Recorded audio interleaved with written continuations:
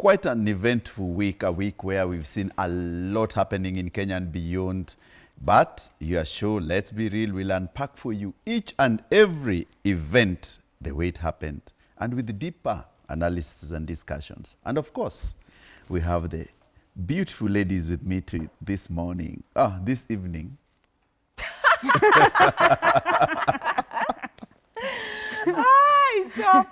It's where I come from. We say Wahira. Wahira is what? Wahira is good evening. Wahira. Wahira. Oh, it's almost like you see it's Wakire. Wakire. Yes. Bushere is good morning. And it's Wahira. I'm Dr. C. And you can see we are drinking water, but I'm preaching wine. I am the founder and I'm a winemaker, Samantha Wines. And I'm Maria. I've not just woken up like CEO. I didn't wake up just now. Say Wahire. Wakire. Wakire. Biamona. Wakire buya. Wahire buya. Yes, that's how you say Na it. mwache kunyonga watu kisi. Seriously. And I'm Maria. I'm an author of Marriage is a Scam, Love the Original You. I also do a kids magazine and I'm so happy to be here. See, today I'm the angel. Just saying. And I'm CEO Charles Otieno, of course, the man who unpacks for you big things. Now, let's start with the biggest conversation. Morara Kebaso, the gentleman who founded a party known as Inject, last week was talking about Kenyans really giving him a hard time. But this story is tied to the fact that he was trying to be a presidential candidate, and many presidential candidates have been trying to get crowdfunding to run their campaigns. And Morara was asked to refund all the money he was given during the donations, and he could not basically account for all of them. Why do politicians or presidential candidates who want to vie for the office decide to crowd fund or get their money from people, and they can't account for that money?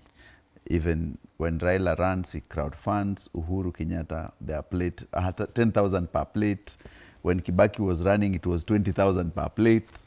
So people, Gachagua had a tour of United States the other week, and he was crowdfunding and money funding for his campaign. Why so, Dr. C? So the question is, do politicians need to fundraise for politics? To run for office? Yes. Or is it accounting for the money? It's accounting for the money, and also why should we sponsor them to run? Yeah, I think it's really important that we should sponsor our politicians to run. Number one, let's just look at the logistical requirements of running a campaign. You have to put out communication out there. You have to tell us Kenyans why we should vote for you. And if you're trying to communicate to 20 million voters, right now we're about 20 million voters. 25 now. Around about 25, you want to communicate to 25 million people. The communications budget, you're not just gonna come here at KTN is giving you free airtime. No, you have to pay for it. So that just communication is one thing. Logistics of moving around the country and telling people what your manifesto is, what you're gonna do for them. It requires money, not just the movement, but also the manpower that is on it. The other thing is the people you are calling to talk to. Was it the former Chief Justice, Maraga? Yes. Recently, he was in Mombasa at the coast, and he called these young people to talk to them, and he didn't give them money. They were so upset. He told them, I have nothing to give you. It looked almost ridiculous. Why is it ridiculous? It's ridiculous because these young people, most of them are living hand to mouth. Yeah. So you're telling me, I leave my mujengo to come and listen to you, yes, and then I live with, and the other person is gonna give me money. But also the other thing is, the deeper thing we need to understand is, I've always said, we must agree, either we'll be led by the wealthy or the mafia. It is important to know on that note, so who is funding who? Sometimes you have groups, some people come, they're not asking for money, but they are being funded by other people who now, when these people come in power, they start implementing certain policies that these groups wanted. In America, you could see maybe health maybe a government is coming in that is going to introduce certain laws that will maybe be bad for maybe pharmaceutical companies. Then you find the pharmaceutical lobby groups are going to fund their candidate. Sometimes it's religious groups. Some religions, for example, and I'm going to use the US because Kenya, we don't have big funding groups. Like in the US, there's always the debate about abortion. So some people think abortion should be legalized and some people think it should not be legalized. So the ones on the opposing will fund the candidate who is going to represent them. And that's why it's always very important to ask. If a candidate is not asking you for money, who is funding their campaign and what is it? Because sometimes they're acting the way they're acting because they are puppets of other people. Yeah, like people coming to harvest our iris, could they have funded some? Yeah, it's many things, right? Yeah, that's true. Okay, let me talk about accounting for the money. First of all, for politicians who actually ask for money, this is how they account for. They will come, give you their policies and buy you that unga, and then when they get into power, you're gonna suffer. They will come and give you these small things. For me, I'm looking at it from a perspective of, yes, they are getting funding and you are contributing. And if you ever like a contributor of that and the policies do not favor you, I'm really sorry. But this is they need money to campaign. The billboards are not cheap. The cars are not cheap. The posters and everything are not cheap. However, accountability of that money is not going to be possible because they also the middlemen who eat the money by the time it gets to the people or by the time it gets to that shop that is supposed to supply lollipops to these young people. It's a very long chain. So the money, they have to campaign because it's expensive. It's really expensive to get into power. However, like you've said, we have to choose if we need to be led by the wealthy. I, for one, I would actually say that it's easier, much easier to be led by the wealthy. And as Thank you very much. It's much easier to be led by the wealthy because this person is coming to safeguard wealth. Rather than who is coming to look for wealth. There's a difference. If I'm coming to safeguard wealth, I will be trying to find policies, means of a way that my wealth is going to stay intact. But if I'm coming to look for wealth, no matter how much you fund me, once I get into power, I have to, all of you that have given cheap flour and cheap 50 shillings and 200 on the road, will have to now give me money for me to build my wealth. So, you're saying it's better to be led by The wealthy. By the dynasty. The problem I have with that statement is very clear that we were led by the wealthy and the wealthy built for themselves an expressway which will tax us for 35 years. There's no difference. This is hustler. But the expressway is right now we are from in traffic. hustler era. So we are in I'm hustler just saying era. the former president. Which former president? We are in Uhuru hustler. Kenyatta. No. Uhuru Kenyatta. Do you know how never many roads we introduced had? Any. We had good roads. Yeah. Right now we are driving on potholes. We had good roads. Listen, And it's because those roads were leading to their businesses. So I am also being benefiting. Let me tell you guys, let me unpack it for you now. The problem with Kenya today is that the rich and the poor are the same. They lead us badly. The wealthy are as corrupt as the hustler. That's why Uhuru left. Now we are That's in why hustler Uhuru era. left a 9 trillion budget and built an expressway which goes to his pocket. Who owns this expressway? It's Uhuru Kenyatta.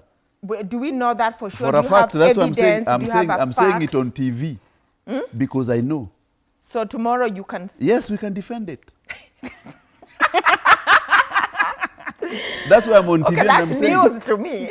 So That's Uhuru news. Kenyatta built an expressway for himself, and then we are taxing Kenyans, and he gives us with 9 trillion shillings debt. So it's a business. It's a business. For a So rich Kenyan person. leadership is a hogwash for the rich and the poor. What we need is a man who stands with ideals to lead the country forward, not the rich or the poor. So are you willing to fund that? You see, the problem is it's very difficult for that ideal. The problem with this crowdfunding, whoever is funding you, So doesn't now matter. let me come to the is that we crowdfunding. cannot get the ideal candidates don't have the opportunity. So now the crowdfunding is not a problem. My problem is accountability of money and what is spent on that money. 90% of Kenyan presidential candidates pocket that money and buy their own things. They do not use that money for the intended purposes. That's why initially you see there are people who go, and we call them agents. They never get paid during elections. People who supply T-shirts never get their money, but money has been collected from people, and that money has been taken to diverted to different accounts. And that's the biggest problem we have in this country, that people fundraise a lot of money. Instead of putting that money for the intended purpose, they realize they need to build a flat. They realize they need to buy farms. They want to build holiday homes. They want to buy houses in Dubai. And that's what they do with the money. So incidentally, the money which remains goes to very few individuals. Okay. So, and then eventually, then they give people peanuts and they say, oh, the money has not been used. I know very many people who have supplied campaign material who've never been paid till today. But so now, does it mean, you know, one of the things a lot of Kenyans had issues with Gachagua is this shareholder thing. Yes. Because Gachagua was saying he contributed to that election, and therefore he's a shareholder. They had, so do we count, if we crowdfund, do we count ourselves as shareholder theory, you know? So what we need to do basically is not the shareholding. What we need to do is that when people crowdfund, there's a limit. The American system is very easy. You are not allowed to give money beyond a certain amount, number one. Okay. Oh. You are not allowed. You cannot give 10 billion That's for one presidential candidate. You are not allowed. The law dictates how much you can donate so that you do not hold that person hostage of their donation. So the rule should be you donate 10,000. And they give you your benefits. That is a donation. That's why it's a donation. You don't expect anything back. Yes. But the moment someone finances you to a tune of 1 billion shillings, then you have to part with tenders. And that's what they safeguard in the American system.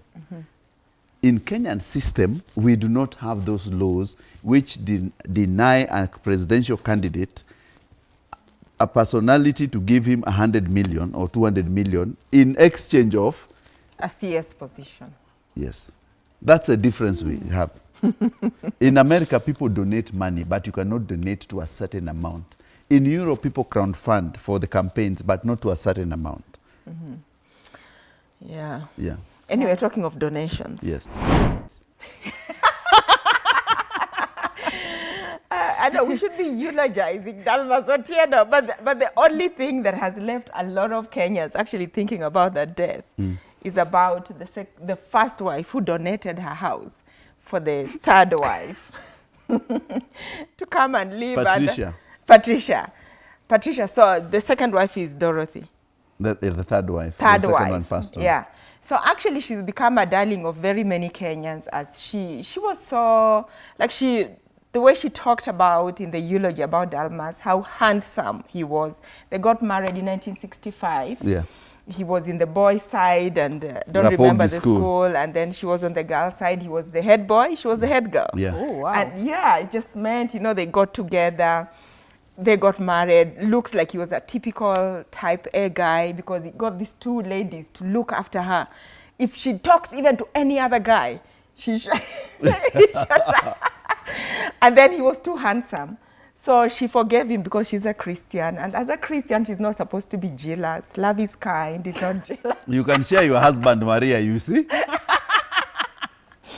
And then what came in, like, you know, when he married the third wife, Dorothy, who was renting a house somewhere on the market, he said, my Dalmas cannot go and park his car somewhere in a market. Come live with us. I've got a big house.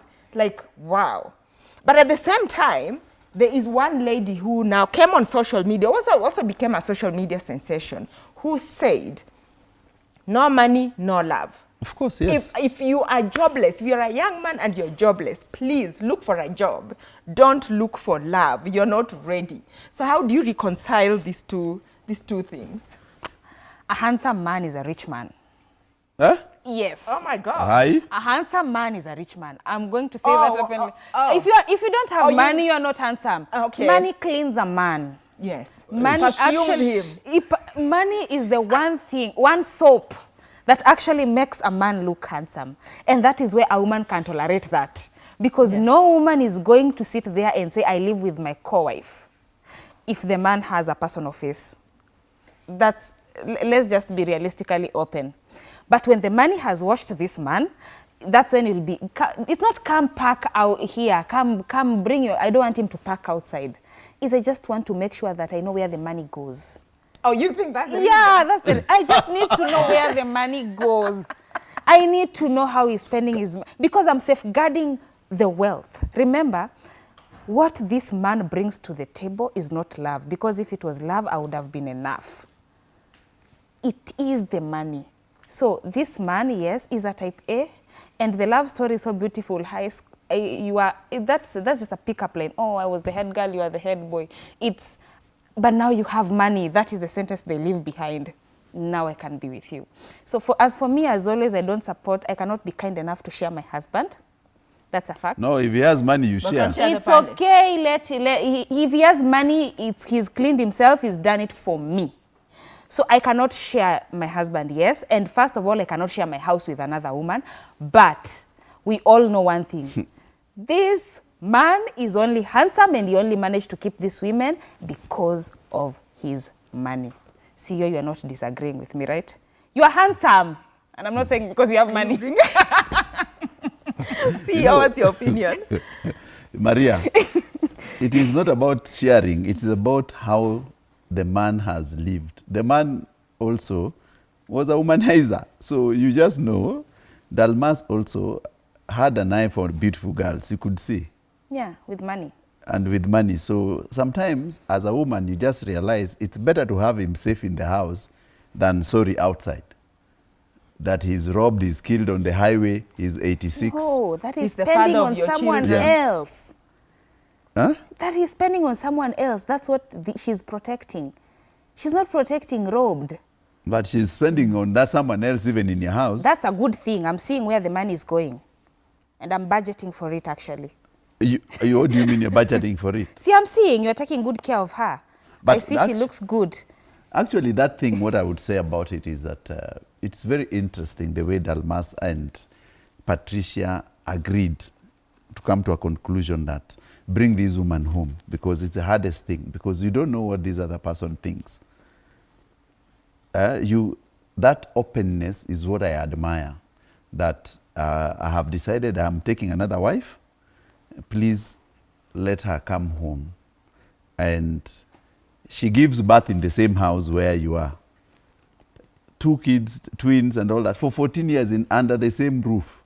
We have a different take. So I'm just wondering, when now this Dalmas is going to sleep in that bedroom. I'm sure No, it's not the same bedroom, though. No, I'm just It's not saying, the same bedroom. It's not the same It's a big bedroom, house. but can you imagine, this is your husband. Anakwambia leo wacha nikalale the other side. No, I've seen a case like that in Kenya. I don't know if they're still together. I've actually seen a case like that in Kenya. A guy who had a wife and then married the secretary in the office, and they lived in the same house. They even started a YouTube channel to showcase that nonsense. But they've nowadays we don't see them anymore. I don't know if they've fallen apart. I don't know if it works. Doctor, see what I'm saying? So this is what I have to say. They got married in 1965. And 14 years ago, it's 14 years ago when he married this other lady. 2007. Obviously, Patricia, she's Patricia, the first wife. She's in her menopause era, when actually for women, they become almost like men. Huh? Hormonally, yes. That jealous, that whatever. Like, honestly, a woman who is postmenopausal, you begin to think straight and clear. So because of the, women behave the way we behave sometimes because of, and in fact, it's the hormones that influence how we behave. So once you are postmenopausal, you're still under subject of hormones, but those hormones allow you to think very clearly like a man and crystal clear. So there's no room for jealous. there's so many things you put in context. And for her, therefore, it is so much easier. And don't forget Patricia, Dalmas Otieno's first wife, they got married in 1965. There was still, Dalmas was a provider. Number one, let's say that. Number two, she grew up in this traditional setup where it was a given. A second wife is going to come. Anyway. So she's among those, that age of women who are actually disappearing, the ones who would actually go and find a wife for their husband. It's done like in Lualand, in Wanga area, it's done like that. So she represents that breed of women that are almost disappearing. But that said, let them disappear, please. That said, unless it's a big palace like King Henry's palace, you know, King Henry used to, like the Boleyn girls, you were the ones who were helping the main queen. And how that changeover happened, that they became the queens, yeah, it would happen under the same palace, right? So if it's a big house, yes. If not, so if you have money to build a big palace to keep those number of wives and concubines, then use the money, divide by 2, build a smaller one on this side of the road, and the other one on the farthest end of the road. Or better yet, build one and have one wife. Anyway, talking of money. Talking of money, but I think we should go on a short break. Oh. And then we will be right back on Let's Be Real.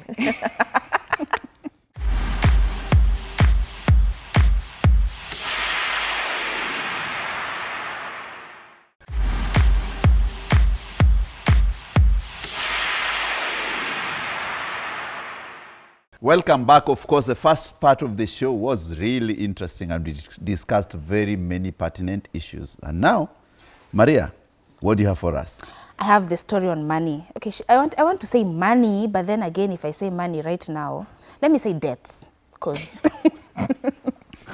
we are going through more debts than we are going through money. So anyway, I'll start by saying, you see, when it comes to something like debt, if you are a public figure, it is too much news. But in real sense, as Kenyans, we have a lot going on. Let's start by the virtue that Aziad's home is being auctioned at 25 million. And that is just, okay, she's been on the limelight for a while and her story has been over. This is not the first time we are hearing about money, but that's besides the point. Now, if we talk about debt, are we also considering the fact that we have 64,000 people on HELB who are blacklisted? Do they really have jobs for that to happen? That's a question mark. Another thing is CRB has blacklisted so many accounts. Is it 7.65 million. Million accounts are on CRB right now. The big question is this, before we even go to the fact that debt is in the air instead of money is in the air, is it a problem in our economy?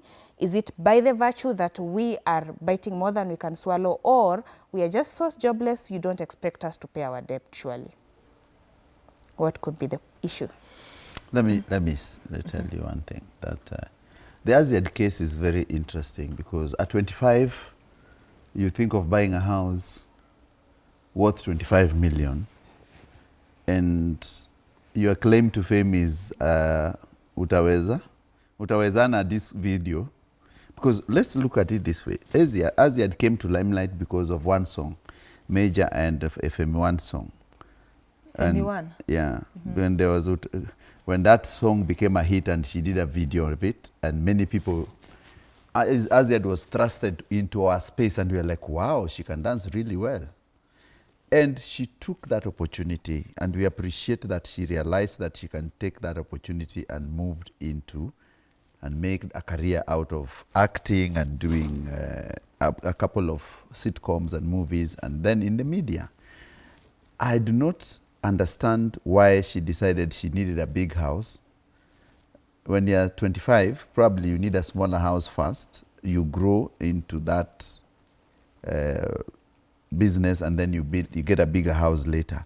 But I think because money came early than she anticipated, she thought she can maintain that lifestyle. But you see, if you're content creation, you cannot say that you'll make a standard amount of money every month. because you're depending on viewership, on people and on brands to take you up. It's like a business. So I think she chewed more than she can swallow. But my problem with Aziad is that probably she needed to look at a long-term goal and how she needed to do business. It's not wrong to buy a 25 million house from where I sit. It's admirable for a young girl to buy a 25 million house. My problem is, what was she going to do in that house? And was that house, could it bring her more money? Was she going to rent it out so that it helps her to pay the mortgage? But if she was going to live in a 4-bedroom apartment, she's alone, what are you doing with 3 extra rooms for? What are 3 extra rooms for? In the 3 extra bedrooms, because it doesn't help you. You just need to set a business first. And that's the biggest problem with Kenyans.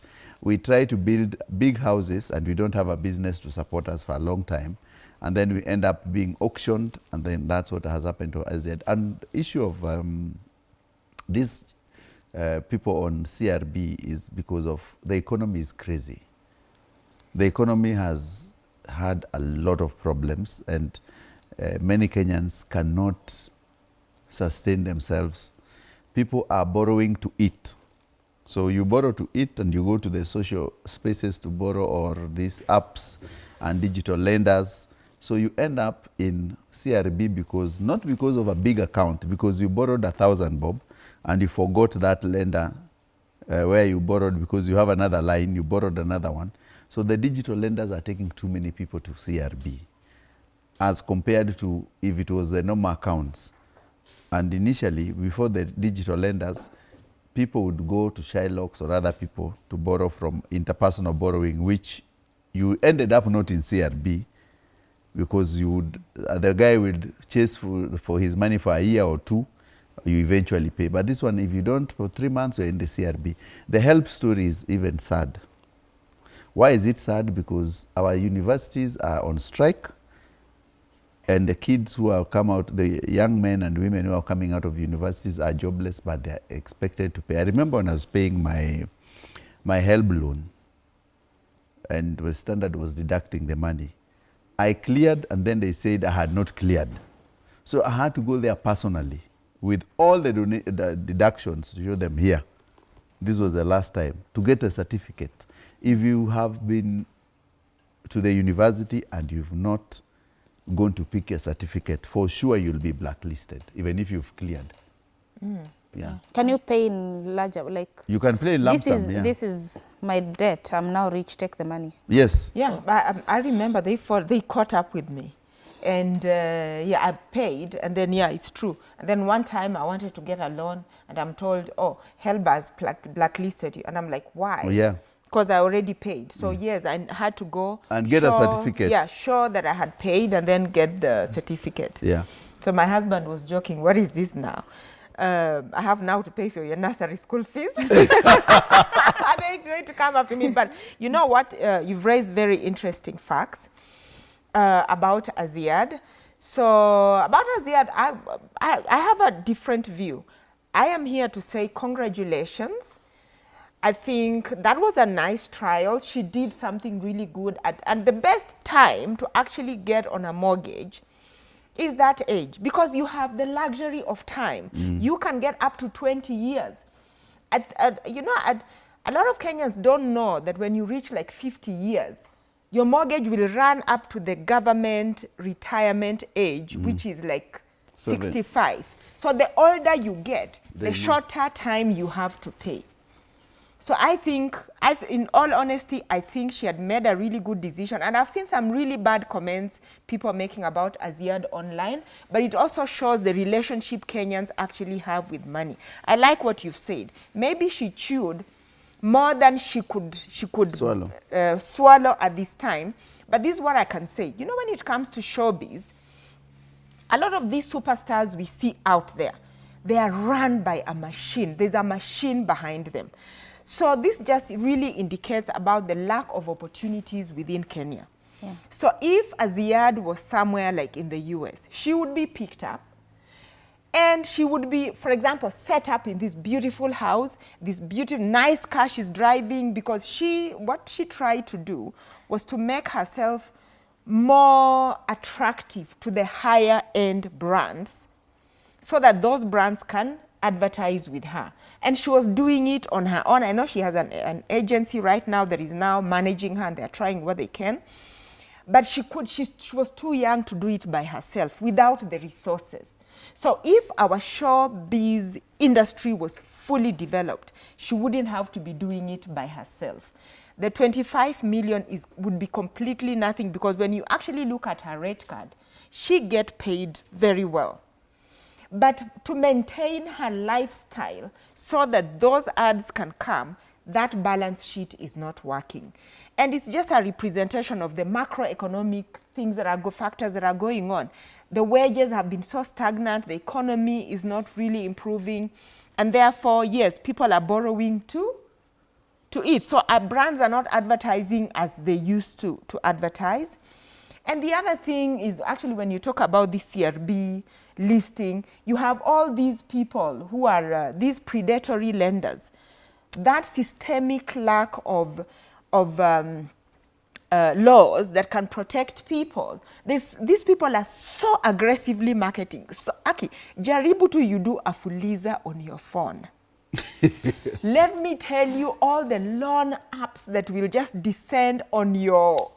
On their handset. Yes, like they are so aggressively marketing to you. Yes. And they make it so easy for you to obtain money Yeah. that you're just living from like that. And then they take you to CRB. They take you to They CRB. take you to CRB. Most of the time, people are on CRB because of these small lenders. Yes, and I know some of them are on CRB because of Hustler Fund. There are so many things. Can Okoa Jazi put someone on CRB? Yes. Yes. Okoa Jazi? Yes. Why are you Yes. acquiring Jahazi? Yes. Oh, no. Yes. So most of these people who are in CRB, some of them, and the funny thing is you will find that some people do not know that they are in CRB until the need comes. Some people actually would not know because, yes, I'm on CRB, but I'm not going for, okay, unless you're going for a serious loan, maybe. But the lenders will actually be here and there, and then, yeah, maybe after some time they'll know, especially if you want to leave the country or you need a visa, that now you don't have any luck. But this is my point. When it comes to Aziad, that girl has tried. She has really tried. Because yes, she rose to fame because of that one song. But after that, I've seen her do radio. I've seen her, she's had brands. Maybe we can also blame the fact that influencing that time is not the same as influencing right now.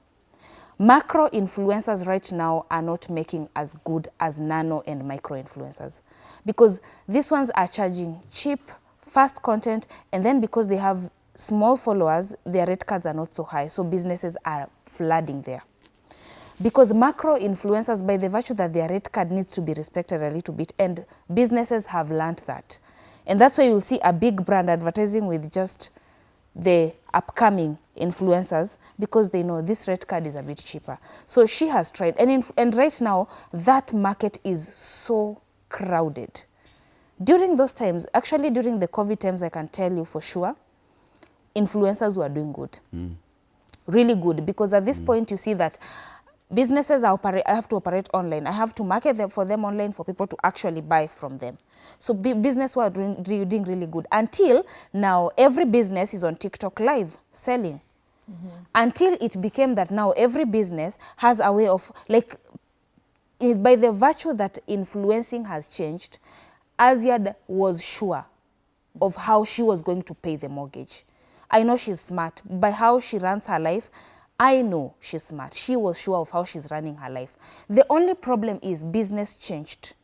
And now things became a bit difficult. We saw she was living an extravagant life. She's the kind of person who will take business class even when she economy. So now is that's one why I point. have a problem with her. You see, at that time, she could afford. No. Right now, things have You see, changed. Aziad did a good thing by getting a house. My problem with Aziad is lifestyle. The moment you go borrowing money to fly first class, you have a problem. And you must look at the mirror and ask yourself, why do I want to show the whole world that I have money that I don't have? When you're being put on screenshots borrowing money to fly to Nigeria on first-class planes with the money you've borrowed, then there's a problem. And these young girls have to be told the truth. They have to be told that you do not borrow money for lifestyle. You borrow money for investment. Assets, yes. Not for flossing. Not for flossing, not for running around, not for going to clubs and buying most expensive whiskeys or nice dresses. Yes. But you know what, CEO? Yeah. To add on to that, this is the advice I would give Azia. Yes. The advice I would give her right now, we are where we are. She has these loans. There was a time in social media was full of the fact that she wasn't paying people. That had messed up her names. There was a time social media was full of just things connecting her to certain politicians, which was perhaps not true.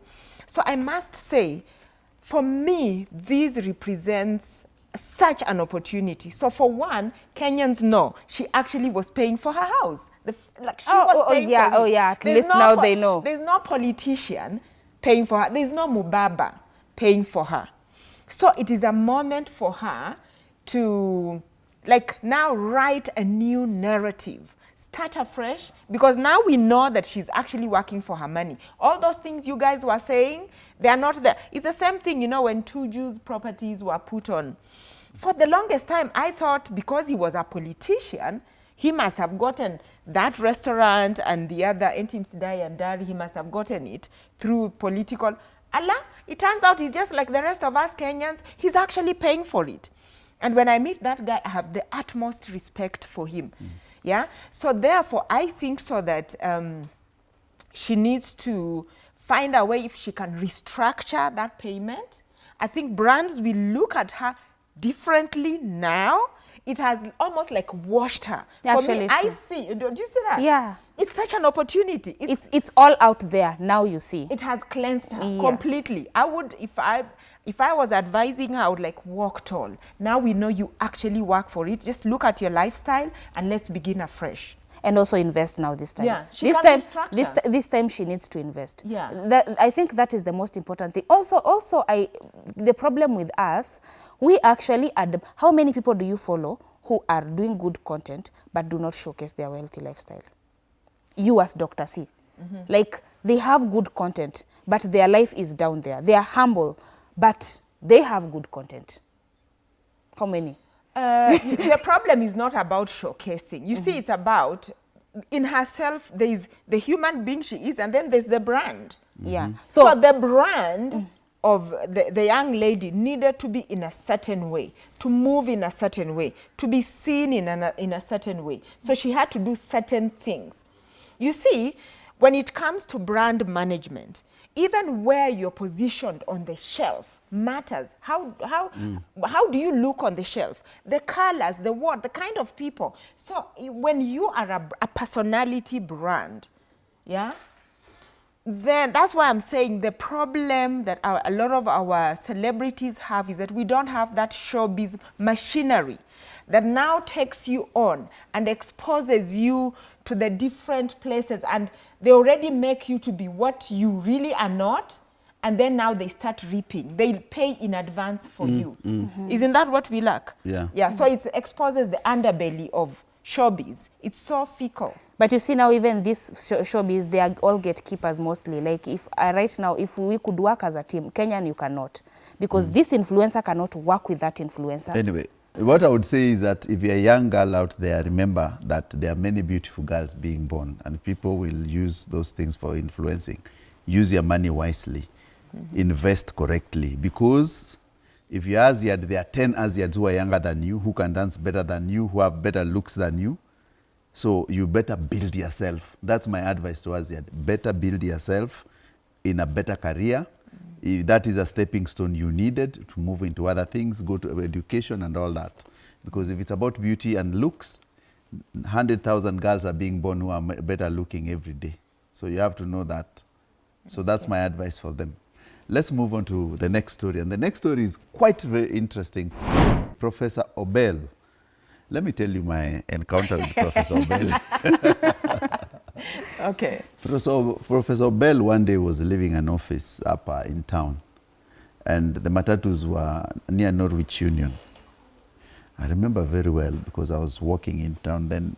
The matatus blocked him. And he had a shotgun in the rear seat. Not a gun the way people say, it was a shotgun. So he asked those guys, the matatu conductor, please let me pass. The matatu conductor said, no, you ruka Jew. You know the way they are arrogant. Obel just went to the back of the seat, opened the car, and pulled a shotgun. I swear he shot straight at that guy. He died. The guy apparently had moved. So the door of that matatu fell on the ground. Everyone scattered. And he passed. Did he miss intentionally or he missed? It was just by a whisker, luck. The guy had moved when he was going to shoot. How powerful did he feel? You know, when you feel invincible and powerful. No. How evil did he feel? Not evil. Not evil. Not evil. You know, let me tell you. But first finish. So the matatu scattered. Everyone disappeared, even the pedestrian. Everyone ran. I would run. So the guy just entered his vehicle, and he's a big, huge guy from Mugenya towards Busia. Then he drove, went, saved he was going to save his experiment. He had left in the house. Then he came from Lavington, he came back. So he was taken to court. My friend Cliff Ombeta was his lawyer. Oh, Cliff Ombeta? Yes. He was already cutting his teeth in this thing. Yes, so, okay. And so that's how I know Professor. And he won. The good professor. Yeah, because he didn't kill anyone. Okay. If he had killed, would he have lost? Of course, yes. So for me, how I want to remember Professor Arthur Obel. Yes. First of all, he came into the limelight. I think at that time, I was in the pharmaceutical industry at the time. And I therefore understood what is research and development, what it entails, and what it entails to get a new molecule. Right now, it may be easier because of AI, but just getting a new molecule and just working behind the scenes of science and how it's a cutthroat world. Yeah. And therefore, when he came out with this medicine for HIV, Cameron and Pal Omega. Cameron and Pal Omega, there was things like peer review, because I remember I was a medical representative. It meant I would go and argue why my product is better than the other one. And with clinical papers, it's been reviewed by this panel, it's been published in this journal of what and what, and there's phases of how a molecule becomes respected in that way. But I do remember that there was a time that government supported him. But right now, knowing what I know, how the world works, so two things I want to say. I want to remember Professor Arthur Obel as somebody who offered hope to people. When you had HIV, it meant death. Like there is no hope completely. It meant death. And he offered something that would give people hope, even if it was placebo. Even though I read the other day in your paper, Standard newspaper, that some people who took his medicine, they were a bag of bones, and they survived. They're still alive today. They've built homes for their parents, they've paid school fees, and they're still alive today. The second thing I want to remember him for, and this is extremely important for Africa, I don't think, we don't know what we don't know, because I don't think he was given enough chance and enough opportunity to develop his molecule. He was scared of taking his molecule to the bigger pharmaceutical giants who would just steal it, because the world of science is full of thievery. People just take your molecule, they own it, and they, and that was his main fear. And now we know, people are back in Africa. We know how science develops new molecules. So we will never know what we don't know. And the lesson for the government is, can we support our own scientists I think we were plagued at the time with the leaders who did not believe in the power of Africa, and that's still the problem of Africa. If our leaders can believe in our own power, we could go far. So that's how I want to remember him, as a science pioneer. And I wouldn't go by like he was conning people with this medicine. He was onto something. No, it wasn't something. I think by the virtue that it's African, I don't know why the word conning comes in so quickly when it comes to that. But this is what I would say. Even trying, like he tried. He did, even the trial part of it.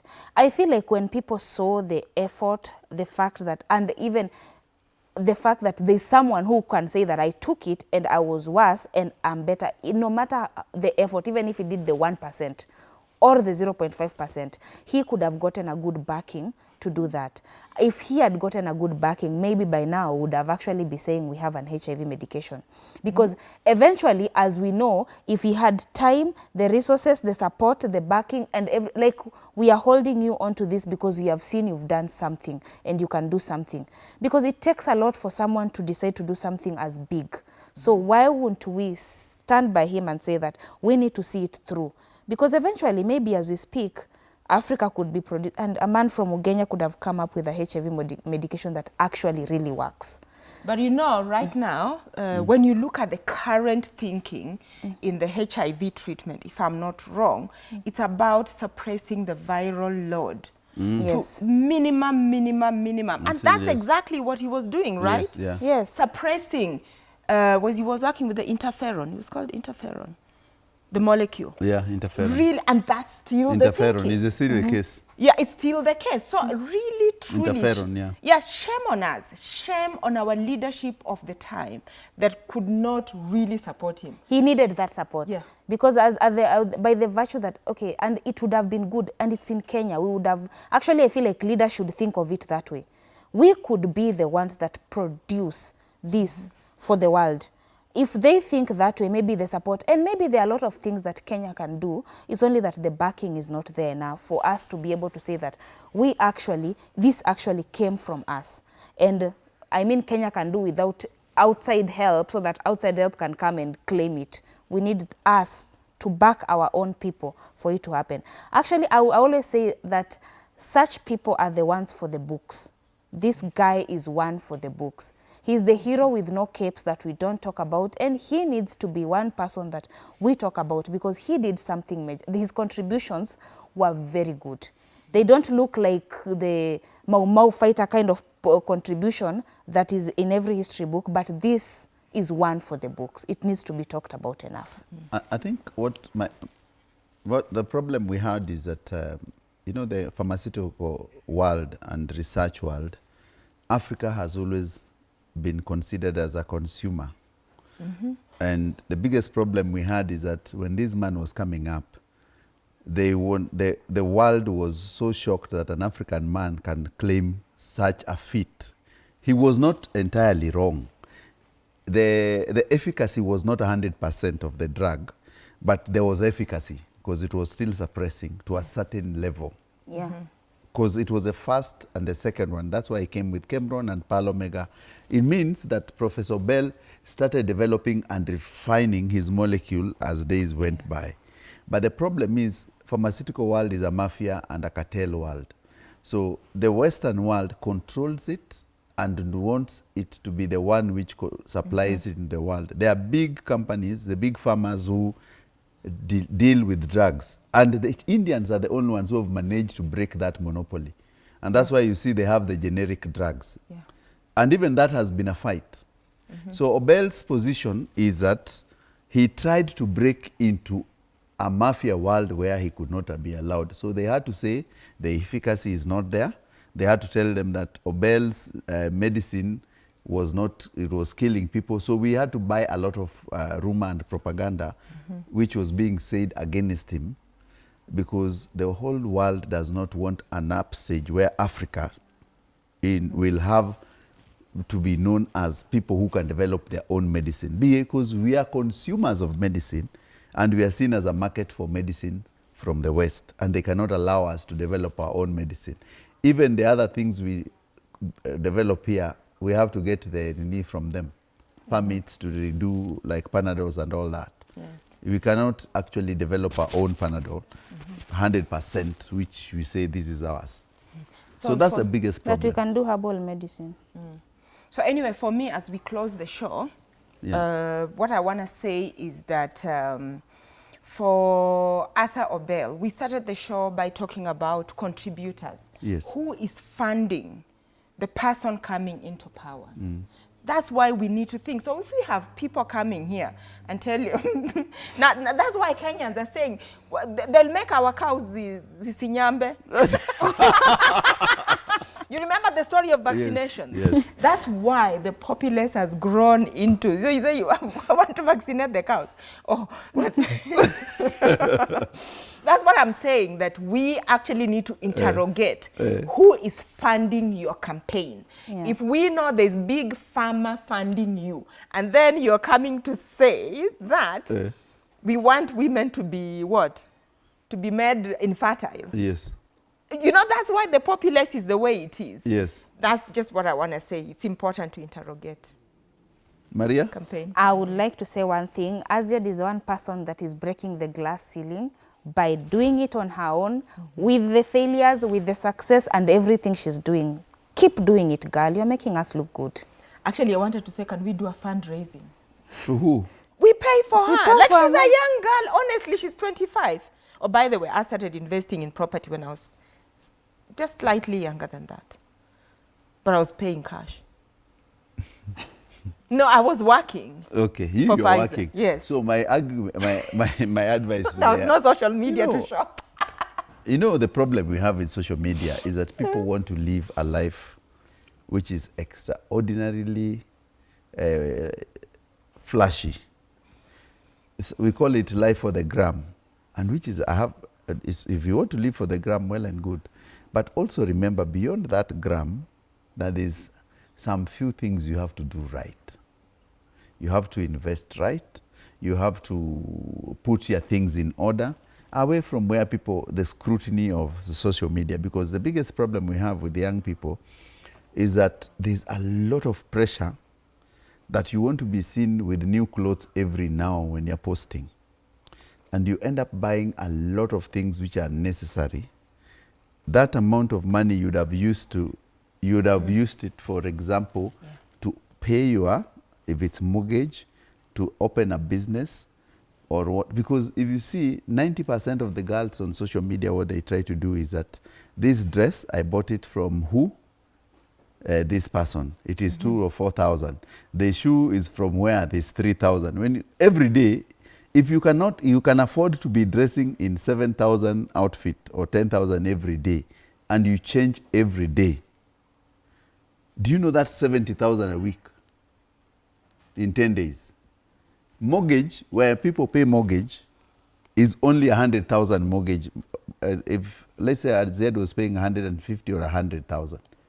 So if you cut back, and these are business tips people must know, if you cut back on the expenses you do for the gram, that you need to be seen with a new dress every day, posing, or going to eating in a new restaurant, and you're not being paid to advertise those things, then you will be in big trouble in a long time. So people must balance their life on the gram and their life off the gram. Yes. But Yeah. can I say something just to, Yes. in finishing? I think she's learned her lesson. She's just now entered into the big girl club. And I'm just honestly thinking, there must be people, I've really thought about this. If she commits to change, mentor whatever, she's learned her lessons, can women who are like-minded, whatever, like us, we come together and help her? Maybe it's not even a lot of money that she owes. Yeah, maybe You it's know, we not a can lot. actually help her. Fundraise. Like, if someone is listening there and they are of the same opinion, really, let's help this Say young aye. girl. Yeah, say aye. Like, let's help her. We should. What do you think? I would be the one of the people to actually put money out. Are you? So you guys want to help Aziad Yes. pay his Yes. her mortgage? Yes, and I'm sure she's learned. She has learned. She's just entered. Let me tell you, there was a time, like, there's so many even companies right now that are, yes, actually just the other day, I saw in one of the dailies saying that Actually, how many companies are not even paying income tax because they are operating at losses? Many. Lots of them actually. Yeah. So it's, and actually most of them are closing right now. yeah. So People we are can closing. So the business is bad. Let's say locally right now, everything is bad, including the influencer business. Yeah, so there's no shame. There's no shame Yeah. for this young lady. I would just hate to see her crushed because of this normal thing like a lot of big girls like me have gone through. You've never been auctioned? I've never been, but I've come very near. Very, very near to auction. I had to sell one of my homes, actually in Kitusuru, to pay off a business loan after the post-election violence. I've talked about it very extensively. So it's not, when somebody is being auctioned, it's not always because of some of the things we've talked about. And there's nothing to be ashamed about. You know, there's nothing. I talk very, very openly about it. And since then, I've made money.